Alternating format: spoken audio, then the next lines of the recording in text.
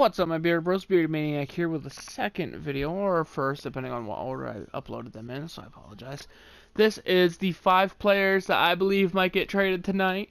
Some of them I saw on ESPN, they were talked about on NFL Live, stuff like that. Some people I thought of personally, and I thought, hey, for maybe a late round pick, something like that, especially maybe later on in the first half, when let's say the premier pass rushers are gone, and a team's like, I need a guy. They might be like, okay, I'll take my first. I need this player. I need him now. That kind of thing. One thing, there is going to be an extra player in these 5 players added because of a recent development. I will mention that when I get to it. I have these 2 teams here because 2 of their best players are involved in these trades. The number 1 player, probably the most obvious one of all, if you think who might get traded on draft day, Josh Rosen. Now, what I think will be happening here is, I think obviously they want a first round pick or a second round pick. I think what I hear is they want better than a second round pick, or maybe a early second round pick or something like that. What I think happens here in this scenario for Josh Rosen to get traded, they would have to select Kyler Murray at the number 1 overall pick. And I think what else would have to happen here to make it happen, or to at least make another team give up what the Cardinals want, even though they might actually be tempted to keep Josh Rosen and Kyler if they don't like any offer, is as the draft progresses and it gets to the late teens, early 20s, if Lock's off the board, if Haskins is off the board, a team might be like, okay, we're sitting here with the 27th pick, or that's theoretical because that's Oakland. I don't think they'll do it. We're sitting here with a late first round pick. We have plenty of picks in the later rounds, mid rounds. Let's get Josh Rosen as our backup quarterback. Let's get Josh Rosen as our starter if we need it. Let him back up, let's say, a Tom Brady. Let him back up, let's say, an Aaron Rodgers, Ben Roethlisberger type quarterback. I'm not saying he's going to Pittsburgh. I don't think Pittsburgh would give up that much for Josh Rosen when they just extended Big Ben for $30-something million a year. Although I do see that happening. The quarterbacks get snatched up a little bit too quickly in the draft. Someone takes the bait on Josh Rosen, where he is technically, at least to me, definitely if he was a quarterback prospect rated against these 5, he would be in the top 5. But you never get what you paid, so sadly I don't think they get that much for him. Then, the second player involves the Houston Texans. Jadeveon Clowney, one reason why I think he might get traded, even though this is very unlikely to happen, is he hasn't signed his tender. Is there issues in Houston? Are they worried about paying him? Because when you look at who the Houston Texans have to pay soon, they have to pay Deshaun Watson soon. And from what I've seen, they love Deshaun Watson. They have to keep paying DeAndre Hopkins. They probably might pay Will Fuller a decent check as well. They're still paying J.J. Watt, even though I don't know if they'll keep paying him. And that could leave Houston out of the Jadeveon Clowney chase, because yes, they're franchise tagged him. Yes, he hasn't signed it yet. But can they pay him what he's going to want to pay? And is it smart for them to pay him what he wants to get paid? I mean, I'm not insulting the Texans. I'm not even insulting Jadeveon Clowney. If Jadeveon Clowney wants to try to pursue $18-19 million a year, I just honestly don't think it would be smart for the Texans, a team with a few more needs than just linebacker pass rusher, spending that much for a pass rusher when they need more than that. Potential targets for this one, as I would have said Kansas City originally if they didn't just trade for Seattle. Trade with Seattle for Frank Clark. But other teams I could see potentially doing this is maybe in Arizona, but I don't think they would give up. They have the draft capital Houston would want, because it would probably take at least a second and a third, or a second and a fourth, something like that. It most realistically would take a first round pick, but like I said, this would be a team that probably missed out one of the pass rushers that they wanted, probably in the late teens, early 20s. Maybe they don't trade a first-round pick for them. Maybe Houston is just like, okay, we pick early. Let us get this pick, trade up, grab a premier pass rusher rookie, and just free up the cap space.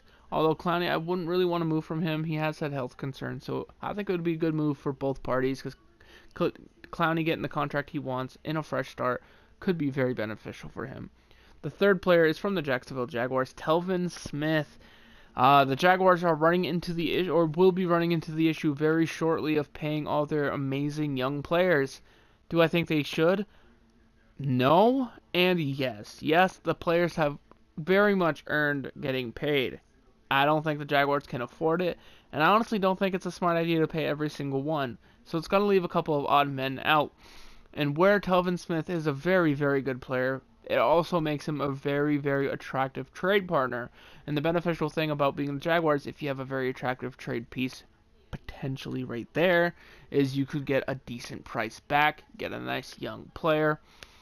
Now, do I think teams I think could be risky in trade for him? Maybe a Cincinnati, someone like that. Who knows? Telvin Smith, great player.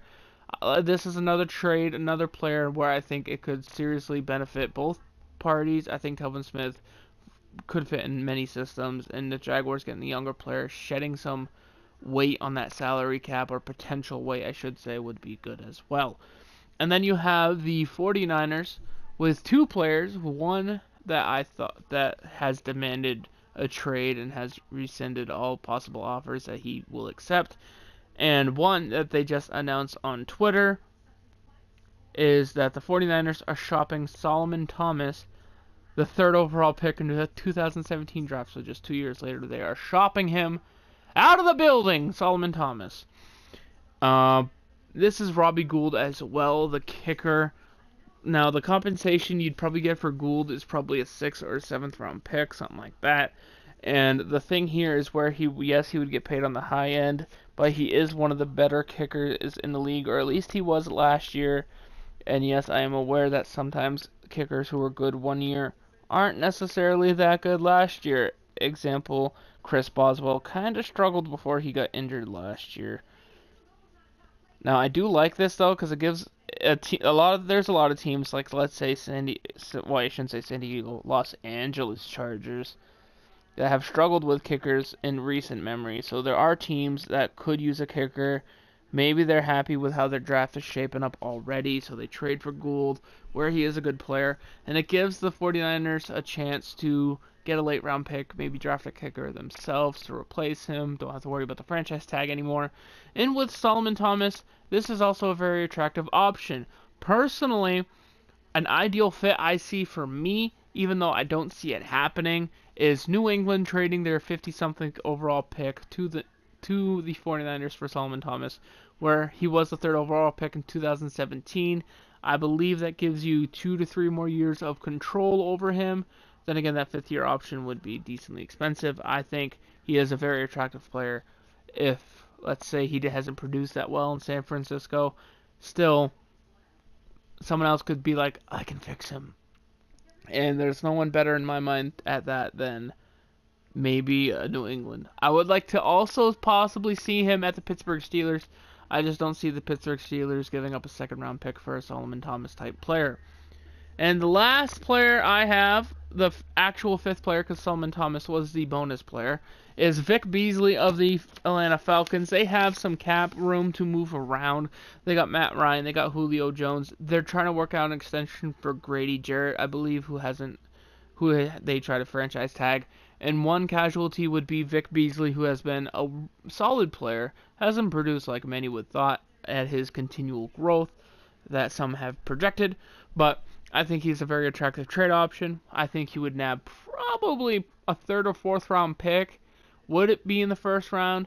I think it's a trade that could potentially happen on day 1, being because when the linebackers and defensive linemen start going, people are going to start looking at Vic Beasley like, oh man, if I had a player like him, there's none left in the draft, let me get him. That kind of thing. I think it would be interesting. Anyway, in the comment section down below, I hate to cut this video short, let me know some players that you think could get shipped off on draft trade day, and it should be interesting to see. I'll see you guys in the next one. Hope you have a good day. Enjoy the draft. I'll see you in the next one. Peace.